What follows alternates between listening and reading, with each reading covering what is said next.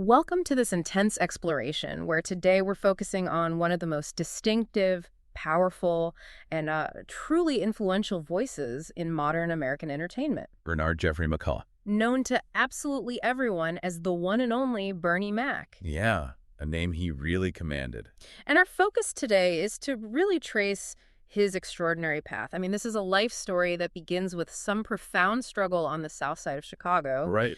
And it culminates in him becoming, a foundational figure in stand-up comedy, a critically acclaimed television star, and a really versatile, respected film actor. It's a trajectory that's just defined by relentless drive and resilience. When you think about his career, there are these landmark achievements that just stand out, and we're going to get into them. Of course, his role as Frank Catton in the Ocean's film trilogy. Essential, absolutely essential to that cast. And his turn as Stan Ross in Mr. 3000, but maybe most importantly for his legacy, The Bernie Mac Show. Oh, without a doubt.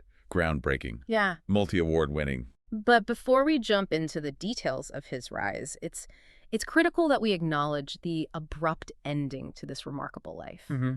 Bernie Mac died suddenly on August 9, 2008, in Chicago. He's only 50 years old. Just 50. His passing was attributed to complications from pneumonia. It was a profound loss, and we're going to treat the details of his final years with the factual clarity and sympathy they deserve. Absolutely. So our mission today is to give you a comprehensive understanding of the man behind that demanding stage presence.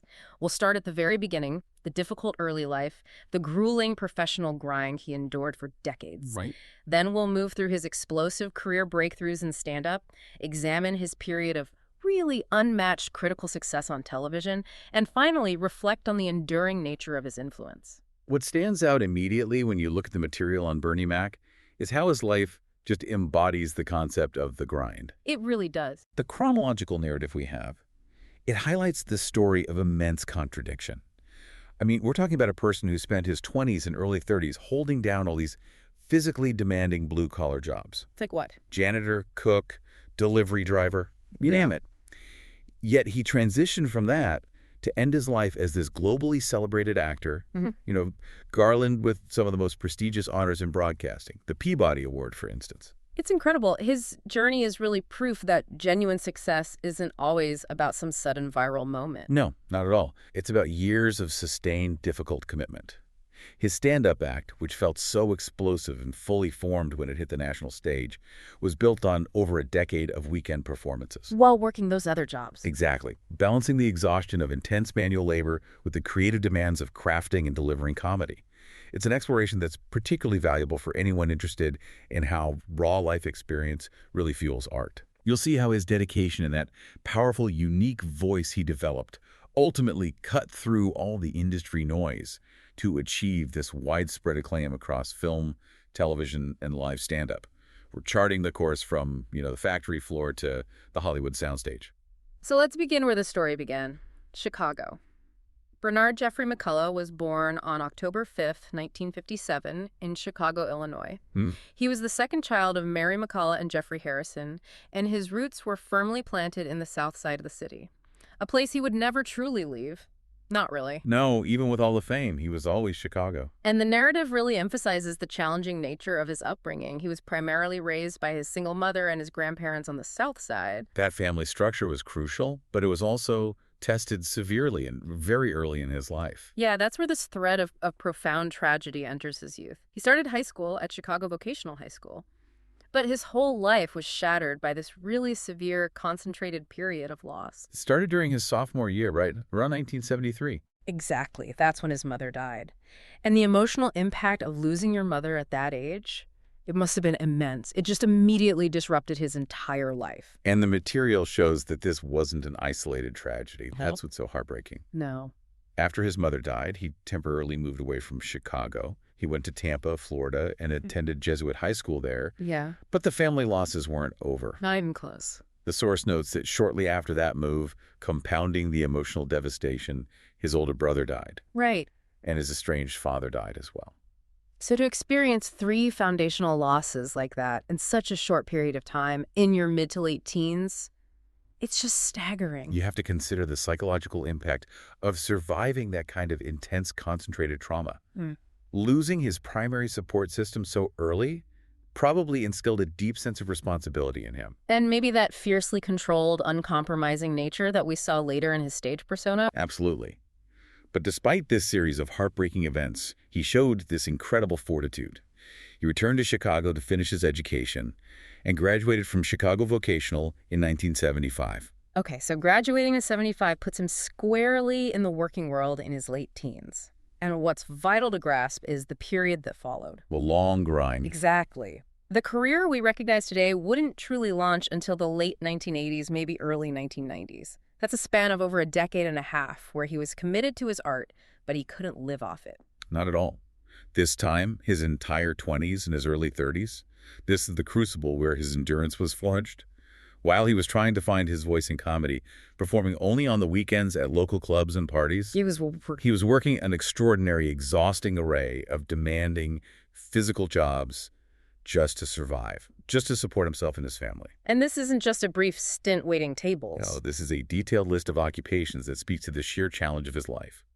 He worked as a janitor, a coach, a professional mover, a cook, a bus driver, a Wonder Bread delivery man, a furniture mover, a UPS agent. I mean, think about the cumulative physical toll of that. Moving furniture all day, only to have to summon the energy and the mental sharpness to deliver comedy on a stage late on a Friday night. It's extraordinary discipline. It had to be punishing. The transition from hauling boxes to commanding a stage with wit and timing. So how did this long period of blue-collar labor fundamentally shape the content of his comedy? I think it's crucial because it gave him an inexhaustible, authentic source of material. Right. When you look at his stand-up, it's observational, but it's observational comedy rooted in experience. He wasn't relying on abstract concepts. He was talking about the absurdities of dealing with difficult customers, the hierarchy of management, the frustration of manual labor. The universal experience of working people just trying to make ends meet. Exactly. That background gave him an instant, visceral connection with the average person. He understood the daily grind because he was living it. He was wearing the different uniforms. That commitment, working 8 different types of jobs for years while refusing to give up on the stage, that explains the strength and the confidence that would later define him. It's where the humor came from, the concrete realities of life. And that authenticity is why he resonated so powerfully when he finally got the spotlight. And that unrelenting effort eventually funneled him right into the stand-up arena. This is where the Bernie Mac we know today really, truly emerged. Before he developed his own fiercely independent style, we can clearly trace his influences. He cited the Three Stooges, which suggests an appreciation for physical comedy and absurdity. Yeah, that makes sense. But he also listened deeply to the foundational giants of stand-up, Richard Pryor and Red Fox. And Kings. His career started pretty modestly, right in his hometown at the famous Cotton Club in Chicago. For years, it was this slow, steady, local build of a fan base, performing whenever he could on weekends while working all those jobs we just detailed. But the transition from local hero to national contender needed a catalyst.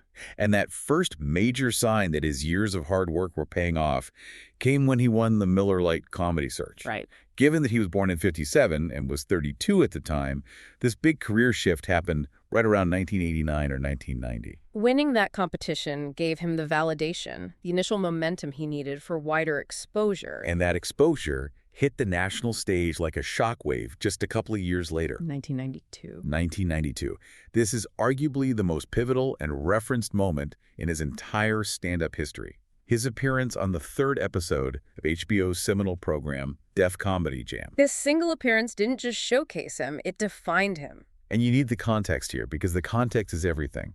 Def Comedy Jam was the height of contemporary black comedy, but it was also a notoriously rowdy, often hostile environment. Oh, famously so. The source material highlights the specific legendary setting. The audience was unruly, and the host that night, Martin Lawrence, was struggling to regain control of the room. He couldn't quiet them down. He couldn't. And Mac walks onto that stage, into chaos, and immediately changes the entire power dynamic. He didn't try to win them over with a soft opening or a gentle joke. No. He asserted control instantly. He stared down the audience and delivered the now iconic line. I I ain't scared of you motherfuckers. Followed by his demanding insistence that he didn't come here for no foolishness. That is just defiance personified. It wasn't just a reaction to that specific crowd. It felt like a culmination of all those years of working, demanding jobs, dealing with authority, and refusing to tolerate disrespect. Yes. It was the distillation of his entire persona declaring, I earned this spot and you will listen. Exactly. Culturally, that moment was huge. In the early 90s, when so many comedians felt they had to pander or adjust, Max stood up and demanded respect. He presented himself as an authority figure, a stern but funny patriarch who wasn't there for playtime. That refusal to accept foolishness became the core of the Bernie Mac brand. It set him apart as this truly powerful presence who commanded the room through sheer will. And that performance was a massive accelerator. His visibility just exploded. Which led directly to the formation of the comedic supergroup known as the Big Four. Mac joined forces with Steve Harvey, Cedric the Entertainer, and D.L. Hewley, first on tour and then in the 2000 documentary film, The Original Kings of Comedy. And that film just cemented his standing. He wasn't just a successful comedian anymore. He was one of the essential voices defining comedy for a generation. And you can track how quickly that stand-up success translated into broader media visibility. Even before the documentary, he briefly hosted his own HBO show, Midnight Mac. And he started transitioning into film roles, small parts at first, but they were there. Mo Money in 1992, right after that Def Comedy Jam moment. And then Above the Rim in 1994. The shift from working a UPS route to becoming a national comedian and working actor happened incredibly fast after that single defining performance. So, while the Original Kings of Comedy tour brought him enormous fame and solidified his status among his peers, the peak of his mainstream critical and commercial success, that undoubtedly came with his own series. Right, and this was the ultimate challenge. Could you translate that unique, demanding, fourth wall-breaking persona into a sustained weekly sitcom? And he succeeded wildly.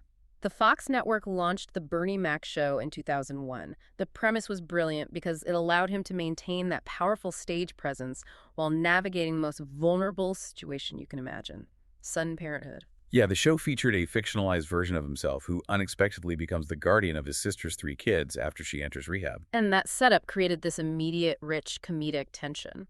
The whole show was about the conflict between Mac's rough around the edges, I ain't scared of you stand-up persona and the immediate, delicate realities of modern, hands-on parenting. But the genius wasn't just the premise, it was the narrative device. Talking to America. Constantly breaking the fourth wall, talking directly to the audience. This allowed him to share his internal monologue, his exasperations, his theories on discipline, but also his genuine affection for the children. It blended his classic stand-up style seamlessly into the sitcom structure. You felt like you're getting this running, uncensored commentary directly from the stage show, just in a suburban home. And the production leaned into his authentic history, which contributed so much to the show's resonance, especially in his hometown. Right. He grew up on the South Side, was a hugely dedicated fan of the Chicago White Sox, and this personal passion was regularly referenced, adding this layer of authenticity that you don't get in standard sitcoms. And there's a fantastic, specific example of this loyalty. It wasn't just wearing a hat in a scene. He integrated his fandom into the show's reality. He got the then White Sox pitcher, John Garland, to make a guest cameo. I remember that. And even more personally, after the White Sox's 2005 World Series championship, Mac dedicated part of an episode to the victory, wearing the gear and congratulating the team directly. That kind of integration makes the character feel incredibly grounded and real. And the critical reaction to the Bernie Mac show was just exceptional. This is where we see the transition from popular entertainer to a recognized cultural figure. It ran from 2001 through 2006. And its success wasn't just measured by ratings. It was recognized by major industry awards that are usually reserved for serious drama or groundbreaking documentary work. Let's talk about the significance of these non-acting honors, because they really do elevate the show beyond a typical sitcom. For sure. The show won an Emmy for outstanding writing. This proves it wasn't just Mac's performance. The narrative and the structure were top tier. But more tellingly, it secured the prestigious Peabody Award for Excellence in Broadcasting. The Peabody, which is known for recognizing work with social context and integrity. For a sitcom to win that, it signifies the show was tackling substantive issues with real sophistication. And it didn't stop there. The show also got the Humanitas Prize, which is an award specifically for television writing that promotes human dignity and meaning. Winning both a Peabody and a Humanitas Prize means that the show's handling of family, foster care, cultural clashes, it all resonated as socially significant content, not just effective comedy. It places the show in a really elite tier of television production. And Mac's personal recognition during this run was, of course, immense. He received 2 Emmy nominations himself for Outstanding Lead Actor in a Comedy Series. And his character, Bernie Mac McCullough, achieved historical recognition. He landed at number 47 in TV Guide's list of the 50 greatest TV dads of all time. That really cements the legacy of the character as this archetypal, if unconventional, figure of American TV parenthood. His dominance at the NAACP Image Awards was also just undeniable. He won Outstanding Actor in a Comedy Series 5 years in a row. 02, 03, 04, 05, and 06. Every year. Plus, he consistently won with other critics, taking home the Satellite Award and the highly respected TCA Award for Individual Achievement in Comedy. It's clear that this 5-year period established him as one of the most decorated and celebrated comedic actors of his generation. And what's truly astonishing about Mac's career between 2001 and 2006 is that while he was managing this intensely demanding schedule of a sitcom star, winning all those awards, leading a hit Fox show, he was simultaneously building a formidable, successful, high-profile career in Hollywood film. He somehow managed to juggle both mediums at a time when most actors struggled to dominate even one. His cinematic output during this time was just continuous and high profile. He starts by joining one of the biggest ensemble casts of the 2000s, playing Frank Catton in the Ocean's trilogy. Right. Ocean's 11 in 2001, Ocean's 12 in 2004, and then Ocean's 13 in 2007. His role was crucial, adding that distinct, quick-witted, slightly rough-edged energy to those slick, star-studded heist pictures. And beyond the big ensemble projects, he showed this remarkable versatility. He tackled both starring and complex co-starring roles across different genres. In 2003, he starred as Mitch Gilliam in Head of State, and he delivered a performance that's instantly memorable as the cynical, hilarious store manager, Gin Sloggle, in the dark comedy Bad Santa. His work in Bad Santa showed he was willing to play characters with sharp edges, staying true to his uncompromising roots. And the next year, 2004, he takes the starring role as the fictional, self-obsessed baseball player Stan Ross in Mr. 3000. Which played perfectly into his love of baseball and Chicago sports culture, but it also required genuine dramatic range. Then in 2005, he co-stars opposite Ashton Kutcher as the highly protective father Percy Jones in the remake of Guess Who? A role that basically required him to channel the same protective, territorial father figure he embodied in the Bernie Mac show. So given this incredibly high level of activity, 5 years of an acclaimed network show, 3 major Ocean's films, plus lead roles in 4 other movies, it's understandable, but still surprising, that in 2007 he made a public announcement about his professional future. Right. On March 19, 2007, he appears on the CBS Late Show to talk to David Letterman. And in that appearance, he formally announces his plan to retire from the grueling schedule of stand-up comedy and touring. And the rationale he provided was so reflective, and it connects directly back to that decades-long grind we talked about earlier. He was candid about needing his time back. What did he say? He said, and this is a key quote, "I'm going to still do my producing, my films, but I want to enjoy my life a little bit." And he explained what that meant. He did. He elaborated on it, directly referencing the sacrifices his career path required. He said, "I missed a lot of things, you know. I was a street performer for 2 years. I went into clubs in 1977 and was on the road 47 weeks out of the year." By 2007, that meant he had been committed to that exhausting stand-up road life for 30 years. 30 years. It's a powerful moment of reflection. He was recognizing that the very discipline that led to his success had also cost him immense personal time. And he planned for this retirement from the road to start, after he finished shooting the film, The Whole Truth, Nothing But the Truth, So Help Me Mac. He was clearly looking forward to a less physically demanding future. And even as he began planning that transition, his film output remained strong. In 2007, he made that very memorable, brief appearance in Michael Bay's Transformers. As the eccentric car salesman, Bobby Bolivia, his presence, even in a small role, was just a testament to his draw and his unique delivery. And he also continued expanding into voice work, showing his adaptability. He was the voice of Zuba, Alex the Lion's long-lost father, in Madagascar, Escape to Africa. And his final major co-starring role was opposite Samuel L. Jackson in the musical comedy Soul Men. So these projects confirm he was extremely active and successful in film, successfully transitioning his focus, just as planned, right up until the end of his life. Before we discuss the circumstances of his passing, let's just briefly return to his personal foundation.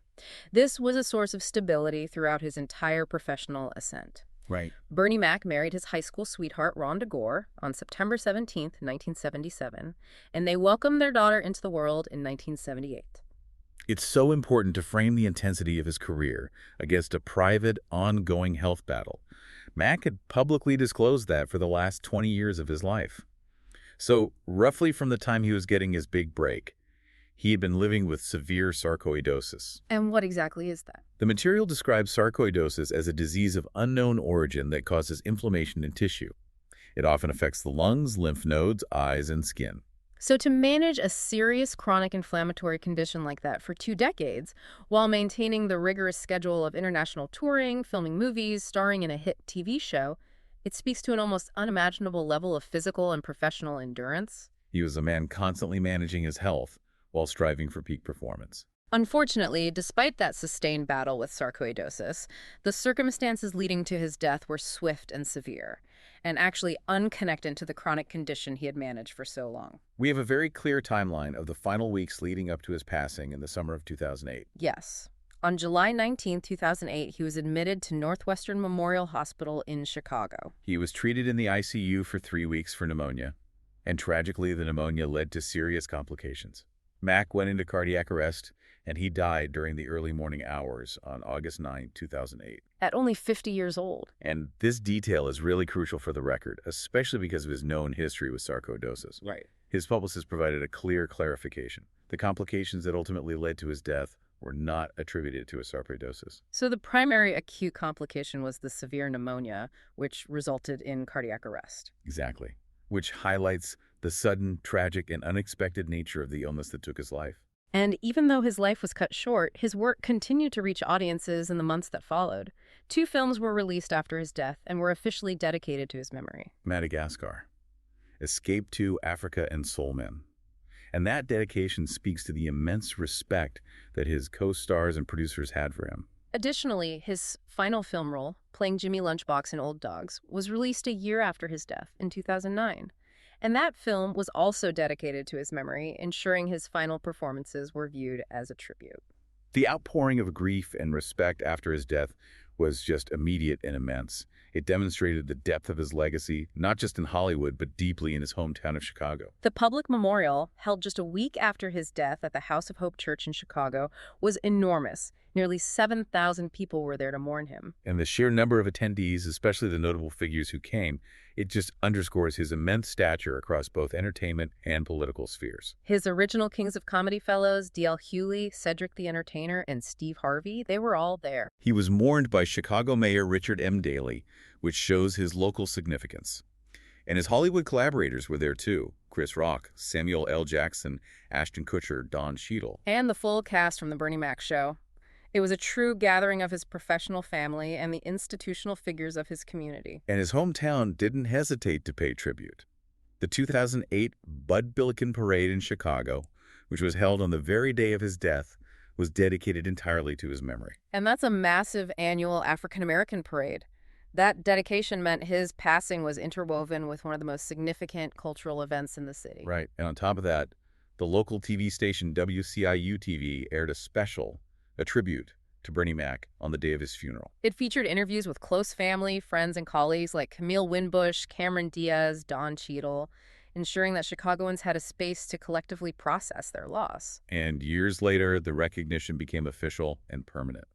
On November 14, 2016, Mayor Rahm Emanuel proclaimed November 14th as Bernie Mac Day in Chicago. That official citywide honor was announced nationally by Steve Harvey on his TV show. Which brings it all full circle, back to his Kings of Comedy family. The tributes also became permanent in the very place where his life of hardship and commitment began, his alma mater. Chicago Vocational High School, where he graduated in '75 after returning from Florida. They renamed their CVS auditorium to the Bernie Mac Auditorium. And the unveiling was a deeply personal ceremony. His wife, Rhonda, their daughter, Janice, and granddaughter, Jasmine, were all there. The choice of location. A vocational high school on the South Side. It's so significant. It honors the man who was once a janitor and a delivery driver, showing students the height that dedication to your craft can achieve. Finally, his place in the broader professional canon remains secure. In February 2017, Rolling Stone magazine cemented his historical ranking by naming Bernie Mac number 41 on their list of the 50 best stand-up comics of all time. It confirms his lasting significance in the genre where he initially struggled for decades before finding his true voice and fame. Looking back across this incredible journey, you can really appreciate the magnitude of his trajectory.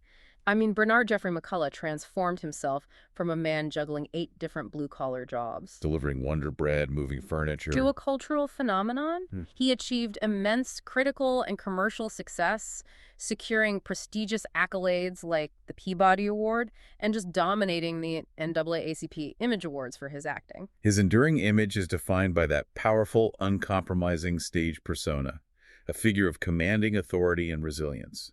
Yet, as we've seen, that powerful force was built on a long, arduous foundation of quiet struggle and personal tragedy in his youth. The juxtaposition of the fierce performer with the humble man who worked the grind for decades. That's what makes his story so compelling. And it remains a profound loss that he died so young, at only 50, at the height of his filmmaking career.